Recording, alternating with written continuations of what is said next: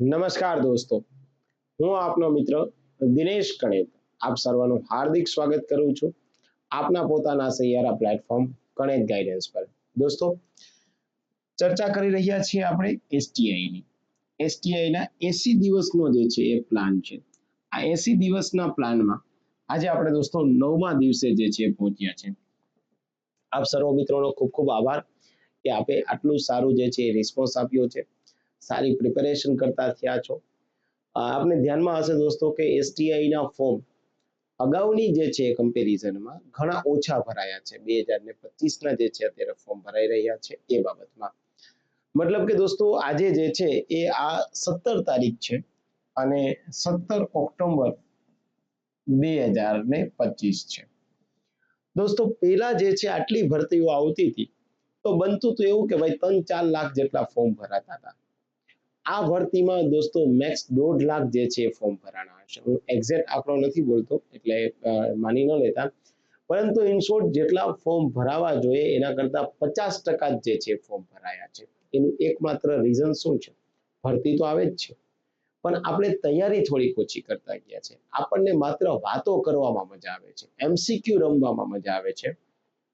જે પરીક્ષાની પદ્ધતિ હવે અઘરી થઈ છે, આ અઘરી પરીક્ષા પદ્ધતિને આપણે પહોંચી નથી શકતા. ઠીક છે, એટલા માટે થઈ અને દોસ્તો હું આપને કહું છું કે જો સારી તૈયારી કરશો તો આ સારામાં સારી તક છે, હે ને?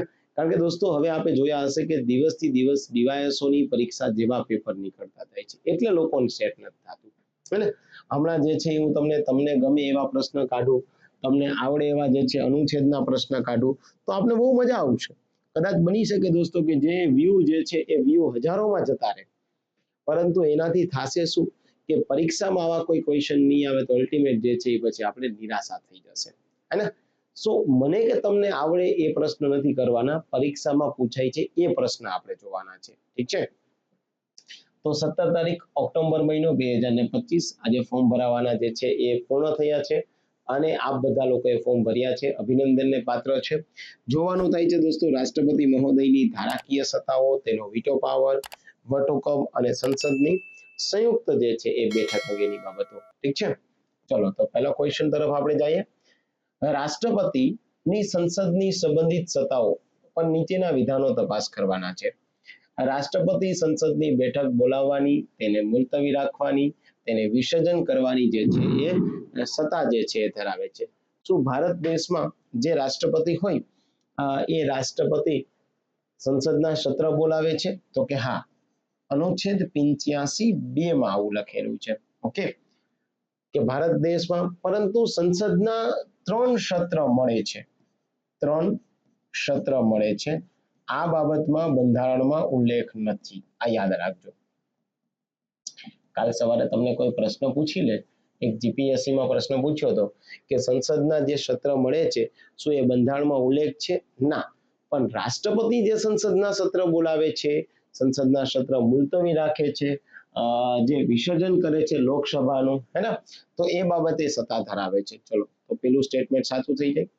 ત્યારબાદ દોસ્તો બીજું સ્ટેટમેન્ટ, રાષ્ટ્રપતિને સંસદના ઉદ્ઘાટનમાં ભાષણ આપવાની જે છે એ હાજર થવાની જરૂર નથી. નહીં દોસ્તો, રાષ્ટ્રપતિ મહોદય જે છે જ્યારે સંસદનું જે છે એ ઉદ્ઘાટન પ્રવચન એમની પોતાની સ્પીચથી જ ચાલુ થાય છે, તો આ બાબત અહીંયા જે છે એ ગલત થઈ જાય. આવું પણ લખેલું જ છે અનુચ્છેદ 87(1) માં.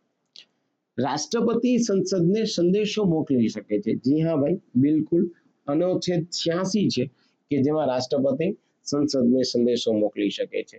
તો મતલબ કે દોસ્તો જે છે એ આપણે ત્યાં નિવેદન છે, આ નિવેદનમાં કયા સાચા? 1 અને 3 સાચું છે. તો કયા નિવેદન સાચા છે એવું કે તો યાદ રાખવાનું 1 અને 3, મતલબ કે એ ઓપ્શન જે છે તમારો સાચો થઈ જશે. ઠીક છે, યસ, તો આ બાબત આપણે યાદ રહેવી જોઈએ. ડન, પેલો ક્વેશ્ચન આપનો સોલ્વ થઈ ગયો છે. આગળ વધીએ. કયા અહેવાલો રાષ્ટ્રપતિ સંસદ સમક્ષ રજૂ કરાવે છે? અલગ અલગ પ્રકારના અહેવાલો હોય કે જે રાષ્ટ્રપતિ ને આપવામાં આવતા હોય અને રાષ્ટ્રપતિ પછી જે છે સંસદમાં રજૂ કરાવતા હોય. કયા કયા અહેવાલો જોઈ લઈએ. એક દોસ્તો જે છે એ નિયંત્રક મહાલેખા પરીક્ષકનો અહેવાલ, મતલબ કે કેગનો અહેવાલ. તો કેગનો અહેવાલ દોસ્તો આવે છે 151 અને રાષ્ટ્રપતિ રજૂ કરાવે છે 151 પ્રમાણે. અનુસૂચિત જાતિ જનજાતિ પંચનો અહેવાલ મતલબ કે 338 એ ઓકે આ પણ જે છે રાષ્ટ્રપતિ રજૂ કરાવે છે, તો બીજું પણ સાચું થાય. ચૂંટણી પંચનો વાર્ષિક અહેવાલ, તો ચૂંટણી પંચનો વાર્ષિક અહેવાલ પણ જે છે દોસ્તો કોણ, તો કે ભાઈ જે છે રજૂ કરાવે છે, તો આ પણ સાચું છે. તો એનો મતલબ જે છે દોસ્તો આમ જોવા જાય તો 3 વિધાન જે છે તમારા સાચા થઈ જાય છે. અહીં ઓપ્શન આપેલો નથી, પરંતુ આ 3 વિધાન જે છે સાચા થઈ જશે. ઠીક છે, યસ. તો ઓપ્શનમાં જે છે 1 2 પણ વિધાન જે છે ઓપ્શનમાં એક મિસિંગ હતું, એટલે 1 2 3 બધા જ જે છે તમારા સાચા થઈ જશે. ઠીક છે, યસ. કયા ખરડાઓ રાષ્ટ્રપતિની ભલામણ વિના રજૂ કરી શકાતા નથી? યસ, બહુ સારો ક્વેશ્ચન છે.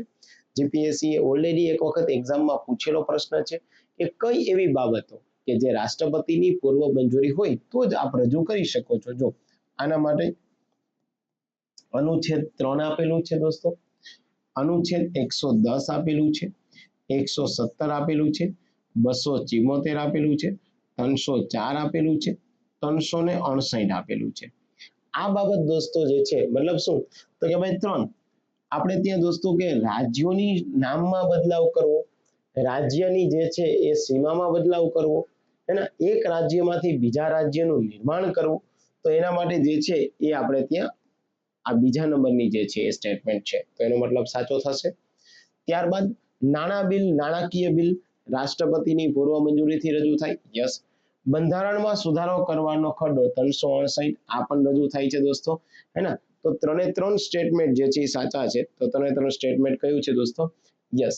તો એની સામે આ બે શું કહેવા માંગે છે? તમને એમ થાય કે સર 274 એટલે શું દોસ્તો? કે ભાઈ ભારત દેશમાં રાજ્યના હિતમાં હોય તેવા કોઈ કરવેરા લગાવવા હોય તો તમે લગાવી શકો છો. તો એના માટે થઈ અને રાષ્ટ્રપતિની પૂર્વ મંજૂરી જરૂરી છે. જ્યારે 304 શું કહે છે? તો કે ભારત દેશમાં કોઈ રાજ્યની વેપારની પ્રવૃત્તિ પર પ્રતિબંધ મૂકવો હોય તો તમે મૂકી શકો છો. એવું ક્યાં લખેલું છે? તો કે 304 માં લખેલું છે. પણ રાજ્યની વેપારની પ્રવૃત્તિ પર પ્રતિબંધ મૂકવો હોય તો તમારે રાષ્ટ્રપતિ મહોદયની પૂર્વ મંજૂરી જરૂરી છે. ઓકે, આટલું યાદ રાખી લ્યો, પછી કોઈ ચિંતાનો વિષય આવશે નહીં આવે. ડન? ઓકે, ચલો. વટહુકમ ઓર્ડિનન્સ વિશે નીચેના વિધાનો તપાસવાના થાય છે. વટહુકમ પ્રસિદ્ધ કરવાની સત્તા અનુચ્છેદ 123 અંતર્ગત જે છે એ પ્રાપ્ત થઈ છે. રાષ્ટ્રપતિ મહોદય હોય અને એમને વટહુકમ જે છે પ્રસિદ્ધ કરવો હોય તો વટહુકમ જે છે દોસ્તો પ્રસિદ્ધ કરવાની સત્તા શેમાં છે? તો કે 123 માં જે છે એ તમને આપેલી છે. તો ઓફકોર્સ દોસ્તો રાજ્યપાલ હશે તો અહીંયા 200 જે છે એ 13 નંબર આપેલા હશે. તો સાચું છે પેલું વિધાન. વટહુકમને કાયદાની જ અસર આપવામાં આવેલી છે. હા, વટહુકમ એટલે શું?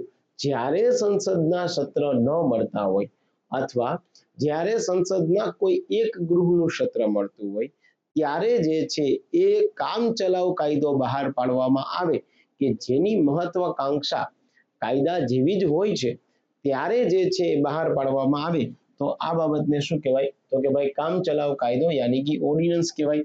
તો આને કાયદાની જ અસર આપવામાં આવે છે, મતલબ કાયદાની જેટલી અસર થાય એ બધી આમને થશે. ત્યારબાદ વટહુકમ સંસદની બેઠક દરમિયાન પણ બહાર પાડવામાં આવી શકે છે. આજે વટહુકમ જે છે દોસ્તો સંસદની બેઠક દરમિયાન જે છે બહાર ન પડે, જ્યારે સંસદની બેઠક ન મળતી હોય તો બહાર પાડવામાં આવે. કારણ કે સંસદની બેઠક મળતી હોય તો શું થાય? તો તમે સંસદમાં જ બિલ પાસ કરી શકો છો ને, હે ને? બહુ સારી રીતે તમારે સમજવું હોય તો યાદ રાખવાનું કે વટહુકમ જે છે એ બહાર પાડવાના સંજોગ છે રાષ્ટ્રપતિને કાયદા નિર્માણની જરૂર જણાય, ઓકે, અથવા તો ભારત સરકાર સમક્ષ આકસ્મિક પરિસ્થિતિ હોય, ઠીક છે, તો વટહુકમ જે છે એ બહાર પાડી શકાય છે. તો આમ જોવા જાય તો હજી તમારી પાસે એક રીઝન બી છે કે સંસદના એક ગૃહની બેઠક ન મળતી હોય તો જો હસમુખ પટેલ સાહેબ જે છે તમને પેપર આપે તો કદાચ એવું બની શકે દોસ્તો કે આ તમારું જે ત્રીજું જે છે, આ તમારો ત્રીજો જે છે ઓપ્શન તમારે અહીંયા સાચો પાડવો પડે. કારણ કે જો રાષ્ટ્ર સમક્ષ જે છે એવી કોઈ આકસ્મિક પરિસ્થિતિ આવી ગઈ, રાષ્ટ્ર સમક્ષ રાષ્ટ્રપતિને કાયદા નિર્માણની જરૂર હોય તો સત્ર ચાલુ હોય તો પણ, કારણ કે જો સત્ર ચાલુ, તમને એમ કહે સર સત્ર ચાલુ હોય તો કેમ પોસિબલ બને, પણ સત્ર ચાલુ હોય તો દોસ્તો એમાં શું થાય તો કે પહેલા તો એક તો બિલ રજૂ કરાવવું પડે, પછી બિલ પર ચર્ચા થાય, પછી બિલ પર મતદાન થાય, તો આ પ્રોસેસ થોડી લાંબી થઈ જાય. પછી એને જે છે પ્રવર સમિતિ પાસે મોકલવાનું થાય, તો આટલી બધી બાબતમાં તો કદાચ નુકસાન થવા માંડે. આ ના થાય આટલા માટે થઈ દોસ્તો આપણે શું થાય છે તો કે વટહુકમ સંસદની બેઠક દરમિયાન પણ બહાર પાડી શકાય છે. તો રાઈટ આન્સર કયો આવશે દોસ્તો? 1, 2 અને 3 યાની કે ડી આન્સર તમારો રાઈટ આવશે. ઠીક છે. સો આવું કઈ હોય તો પેલા સમજી વિચારીને પેલા આન્સર આપો, હે ને. પેલા થોડું વિવરણ લઈ લો દોસ્તો, કારણ કે આપણી પાસે મસ્ત મજાની જે છે એ કલાક હોય છે. તો વિચારવાયુ એ જે છે ખોટા ચડી જવા કરતા, સમય બરબાદ કરવા કરતા, રીલ્સમાં સમય બરબાદ કરવા કરતા, હવે દોસ્તો તમે 20-25 વર્ષના થયા છો તો તમને સાચા ખોટાની પરખ હોવી જોઈએ, હે ને. જો સાચા ખોટાની પરખ નહીં હોય કે ક્યાં મને સારું કોન્ટેન્ટ મળે ને ક્યાં સારું કોન્ટેન્ટ નથી મળતું, તો અત્યારે તો બહુ મજા આવશે, હે ને. હા, બહુ કોઈના ફેન ના થઈ જાવ, મારાય બહુ ફેન ના થઈ જાવ, બીજાના કોઈના ફેન ના થઈ જાવ, કારણ કે દોસ્તો આપ બહુ પાસ થાવ છો. આપણામાં કેટલા પાસ થયા છે કેટલું નહીં એ મેં તમને પ્લે લિસ્ટમાં જે છે બનાવી દીધું છે, હે ને. ઘણી વાર કોઈ ઓપિનિયન આપતા હોય, જોકે એવી અપેક્ષા બી ન હોય, કારણ કે તમારી પાસે તમે પાસ થાવ તો તમારી લાઈફમાં ઘણા બધા વ્યક્તિઓનું જે છે એ મહત્વકાંક્ષી હોય. આપણે પાસ થાય તો પેલું મહત્વકાંક્ષી તો આપણા પેરેન્ટ્સ છે, પરંતુ દોસ્તો એક રસ્તો આપવો ને એ જવાબદારી મારી છે. પછી રસ્તા ઉપર જાવું કે ન જાવું એ કોની ઉપર ડિપેન્ડ કરે છે? તમારી ઉપર ડિપેન્ડ કરે છે. ઠીક છે, તો એ બાબતને થોડું ધ્યાન રાખજો. ઓકે, 90 દિવસનો પ્લાન ચાલે છે દોસ્તો. આજે હજી ઓફર છે દિવાળીની દોસ્તો, કે આ ઓફરમાં જે છે એ આપણે લાભ મળવા પાત્ર છે. આમાં 10% જે છે તમને ડિસ્કાઉન્ટ પણ મળશે. તો જો આપ કોર્સ લેવા ઈચ્છો છો તો કરેક્ટ ગાઈડન્સ ડાઉનલોડ કરી અને મસ્ત મજાની જે છે એ પ્લે સ્ટોરમાં જવાનું છે, લોગિન કરવાનું છે, ત્યારબાદ તમે જે છે એ આ ઓફરનો લાભ લઈ શકો છો. ઠીક છે. સો કહેવાનો તાત્પર્ય એ છે કે ભાઈ 80 દિવસ હું તમને આપીશ. 80 દિવસમાં દોસ્તો તમને દરેક વિષયના લેક્ચર્સ આપીશ, દરેક વિષય જે છે એના MCQ આપીશ, આનું મટીરિયલ આપીશ. યુપીએસસીના છેલ્લા 11 વર્ષના જે છે એ તમને PYQ આપીશ. સો આ બાબત તમારે જોતી હોય તો તમે આવી શકો છો. અને બાકી વાતો કરવી હોય માત્ર જે છે અમસ્તા પ્રાઉડ ફીલ કરવા માટે, કારણ કે આપણે પાસ નથી થતા ને એનું રીઝન છે કે આપણે પ્રાઉડ ફીલ કરીએ છીએ. હું જીપીએસસી ની તૈયારી કરું, ભાઈ જીપીએસસી ની તૈયારી કરે એમાં પ્રાઉડ ફીલ શું કરવાનું છે? પાસ થા તો પ્રાઉડ ફીલ કરવાનું છે, હે ને. તો અને જે તૈયારી કરતો હોય ને એ શાંતિથી ક્યાંક બેઠો બેઠો વાંચતો હોય છે, એ કોઈ ફાકા ફોજદારી નહીં કરતો હોય, એને કે don't disturb me at the rate study time. તને અને હું ડિસ્ટર્બ કરું? તને તારા બાપા ડિસ્ટર્બ નથી કરતા, હે ને. થોડું ધ્યાન રાખજો. અને આ આપણી દોસ્તો ફેકલ્ટીની ટીમ છે, આપ જોઈ શકો બધા પ્રીમિયમ ઇન્સ્ટિટ્યૂટમાં ભણાવે છે એવા માણસો છે. આ આપને ખ્યાલ છે, રોજ હું આપને કહેતો હોઉં છું. અને અત્યાર સુધીમાં આટલી વસ્તુઓ જે છે આપણા કોન્ટેન્ટમાંથી પૂછાયેલી છે. અમે તમને બહુ વધારે કોન્ટેન્ટ નથી આપતા દોસ્તો, હે ને. બંધારણમાં તમને દોસ્તો જે છે એ વધીને 200 થી 250 પેજની એક ફાઇલ આપી છે. અર્થશાસ્ત્રમાં મેં તમને 200 પેજની ફાઇલ આપી છે. સાયન્સ એન્ડ ટેકમાં વિમલ સરે તમને 150 પેજની ફાઇલ આપી છે. તો આટલી ઓછા તમને આપીએ છીએ, પણ એની સામે કોન્ટેન્ટ આપીએ છીએ. વાતોના વડા નથી કરતા, રીલ્સો નથી ફેરવતા ખોટી, હે ને. ચલો, તો આ તમને પ્રૂફ પણ આપેલા છે. 5મો ક્વેશ્ચન છે, વટહુકમની માન્યતા વિશે નીચેના વિધાન તપાસો. સંસદની બેઠક મળ્યા બાદ 6 અઠવાડિયામાં વટહુકમને મંજૂરી ન મળે તો તે રદ થઈ જાય છે, હે ને. આમ જોવા જાય તો આનું સાચું એવું છે કે જ્યારે દોસ્તો જે છે એ સંસદમાં તમે રજૂ કરાવો છો તો રજૂ કર્યાના 6 અઠવાડિયામાં મંજૂરી મળવી જોઈએ. 6 મહિનામાં રજૂ કરાવવાનું છે, હે ને.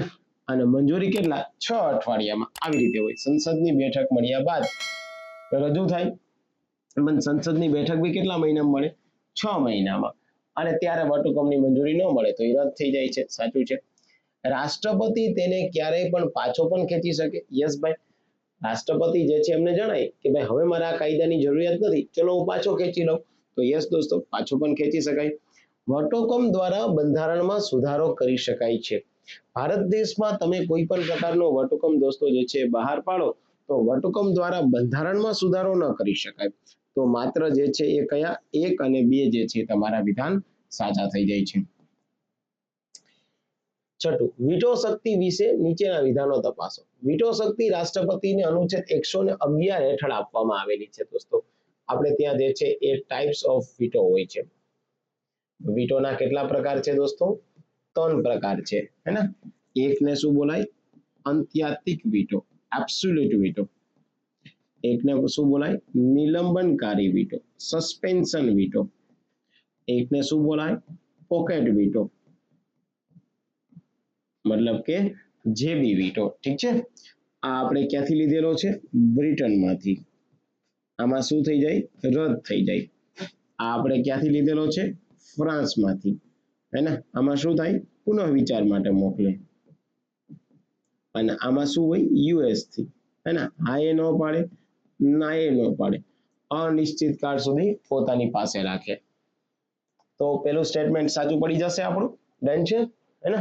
બીજું સ્ટેટમેન્ટ, વીટોનો હેતુ સંસદની ઉતાવળમાં પસાર થયેલા ખરડાને રોકવાનો છે. યસ, સંસદમાં દોસ્તો જે છે એ કોઈ ગેરબંધારણીય બાબત નથી આવી જતી ને, તો એ બાબત જે છે એ અટકાવવા માટે થઈ અને લાવવામાં આવે છે. વીટો શક્તિ માત્ર નાના ખરડા માટે જ લાગુ થાય છે, નાના ખરડામાં ના લાગુ થાય. આપણે ત્યાં વીટો પાવર જે છે દોસ્તો પ્રયોગ કરી શકાય, પણ વીટો પાવર જે છે એ ભારતના બંધારણનો 24મો સુધારો થઈ ગયો 1971માં. આ 24મો સુધારો એવું કહે છે કે ભાઈ નાના બિલ છે એમાં કોઈ દિવસ વીટો પાવર જે છે પ્રયોગ ન કરી શકાય. શું કામ? કારણ કે રાષ્ટ્રપતિની પૂર્વ મંજૂરીથી જ એને રજૂ કરવામાં આવે છે. તો આ ગલત થઈ જશે.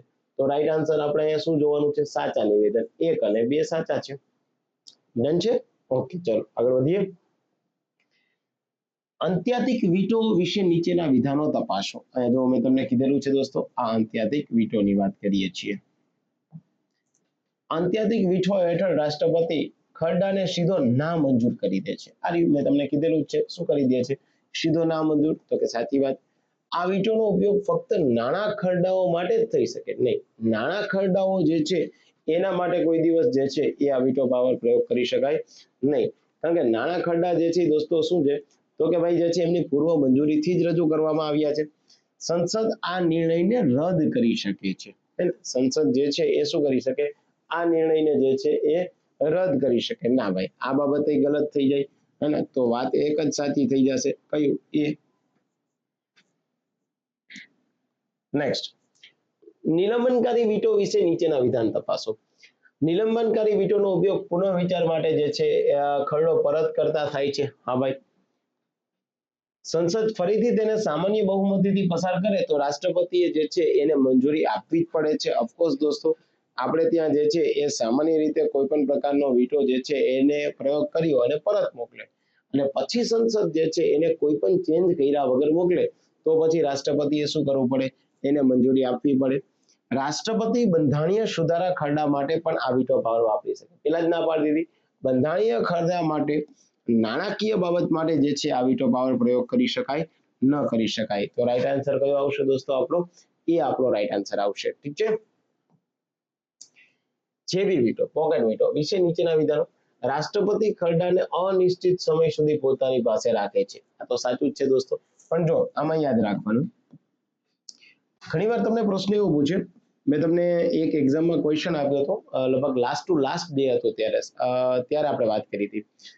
તો ત્યારે પ્રશ્ન એ છે કે ભાઈ આપણે પોકેટ વીટો અમેરિકામાંથી લીધો, તો અમેરિકાનો પોકેટ વીટો અને ભારતનો પોકેટ વીટોમાં શું તફાવત છે? આપણે અનિશ્ચિત કાળ આપેલા છે. અમેરિકામાં દોસ્તો જે છે એ 10 દિવસ જ આપેલા છે. કારણ કે હમણાં ઘણી બધી પરીક્ષાઓમાં અમેરિકા બહુ પૂછાય છે. ડીવાયએસઓમાં બી પૂછ્યું, લાસ્ટ એસટીઆઈમાં બી પૂછ્યું. તો યાદ રાખવાનું, આપણે અહીંયા કેટલા? મેક્સ 10. આપણે અહીંયા અનિશ્ચિત કાળ. અમેરિકામાં કેટલા? મેક્સ 10 દિવસ જ ત્યાં જે વીટો પાવર વાપરી શકાય. તો આને યાદ રાખજો.